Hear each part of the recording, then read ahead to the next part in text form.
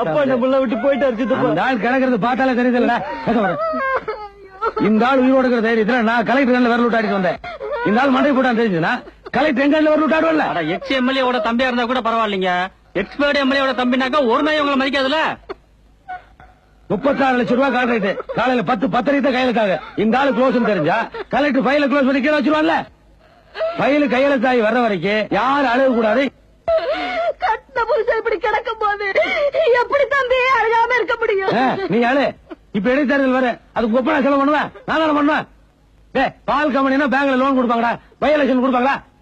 இத பார், ஃபைல் கையெழுத்தாகி வர்ற வரைக்கும் இந்த ஆள் செத்ததை வெளியில் தெரியக்கூடாது. யாரு சத்தம் போட்டு அழுக கூடாது. வெளியில் தெரிஞ்சுட்டு கழுத்து நினைச்சு கொண்டு போடுவேன்.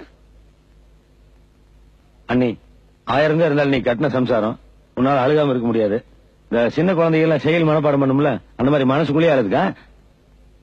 யோ 5 வருஷம் ஆட்சி இருக்கிறதே பெரிய விஷயம். அது இருக்குது, நீ போய் சேர்த்தியா? அட போயா.